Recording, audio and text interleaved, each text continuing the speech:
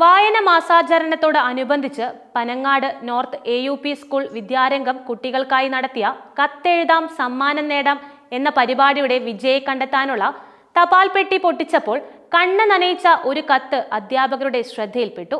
ഈ കത്ത് വായിച്ചപ്പോഴാണ് വായിച്ച എല്ലാവരുടെയും കണ്ണ് നനയിച്ചത്. ശ്രീനന്ദയുടെ കത്ത് വായിച്ചവരുടെ ഹൃദയങ്ങളെ സ്പർശിക്കുന്നതാണ്. അവളുടെ പിതാവിനോടുള്ള സ്നേഹവും ആദരവും കത്തിൽ പ്രകടമാണ്. പ്രിയപ്പെട്ടവരുടെ ഓർമ്മകൾ നമ്മെ എത്രത്തോളം സ്വാധീനിക്കുന്നുവെന്ന് ഈ കത്ത് എടുത്തു കാണിക്കുന്നുണ്ട്. ശ്രീനന്ദയുടെ പിതാവ് അവളുടെ ജീവിതത്തിൽ ഒരു വഴികാട്ടിയായി തുടരുന്നത് അവളുടെ ഓർമ്മകളിലൂടെയാണ്. ഓരോ വരിയിലും അച്ഛനോടുള്ള സ്നേഹം പ്രകടമാകുന്ന കത്ത് വായിക്കുന്ന ആരുടെയും കണ്ണ് നനയിക്കും. കുടുംബത്തിന്റെ ഏക ആശ്രയമായിരുന്ന പനങ്ങാട് നോർത്തിലെ നെരവത്ത് മീത്തൽ ബൈജുവിന്റെ മരണം കുടുംബത്തിന് മാത്രമല്ല നാടിനെയും ഏറെ സങ്കടത്തിലാഴ്ത്തിയ ഒന്നായിരുന്നു.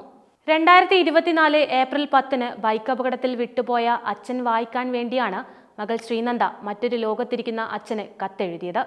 ശ്രീനന്ദയുടെ കത്ത് ഇങ്ങനെയായിരുന്നു: എൻ്റെ പ്രിയപ്പെട്ട അച്ഛന്, അച്ഛൻ സ്വർഗത്തിലാണെന്ന് ഞാൻ വിശ്വസിക്കുന്നു. അതുകൊണ്ട് തന്നെ സ്വർഗത്തിലേക്കുള്ള ഒരു കത്താണിത്. അച്ഛനിപ്പോൾ സുഖമാണോ? അച്ഛനെ മറക്കാൻ എനിക്ക് കഴിയുന്നില്ല. എന്നാണ് അച്ഛൻ തിരികെ വരിക? ആ ദിവസത്തിന് വേണ്ടി ഞാൻ കാത്തിരിക്കും. അവിടെ ഇപ്പോൾ അച്ഛൻ്റെ കൂട്ടുകാരും പിന്നെ ബാബു അച്ഛനും എല്ലാവരും ഉണ്ടാകുമല്ലോ.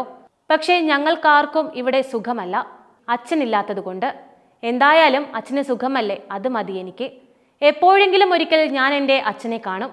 ഞാൻ നന്നായി പഠിക്കുന്നുണ്ട് അച്ഛാ. പിന്നെ അമ്മ ഞങ്ങളെ നന്നായി നോക്കുന്നുണ്ട്. അച്ഛന് 1000 ഉമ്മ.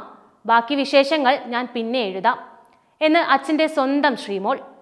നഷ്ടത്തെ അഭിമുഖീകരിക്കുമ്പോൾ സഹിഷ്ണുതയുടെയും പ്രത്യാശയുടെയും സന്ദേശം ഈ കത്ത് നൽകുന്നു. ഈ കത്ത് നമുക്ക് പല കാര്യങ്ങളും പഠിപ്പിക്കുന്നുണ്ട്.